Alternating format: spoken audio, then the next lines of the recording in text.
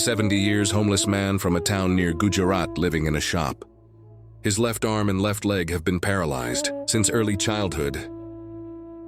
He has spent his entire life begging, not by choice but by sheer necessity. At this age, even begging is no longer possible.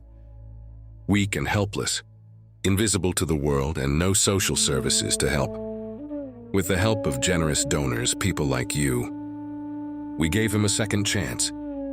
A small sweet snack shop and a dignified way to earn, a reason to live with hope again. He's no longer begging, no longer dependent, no longer forgotten, and this is not the end.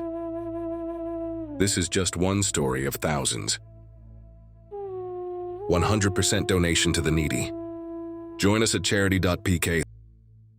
Thank you.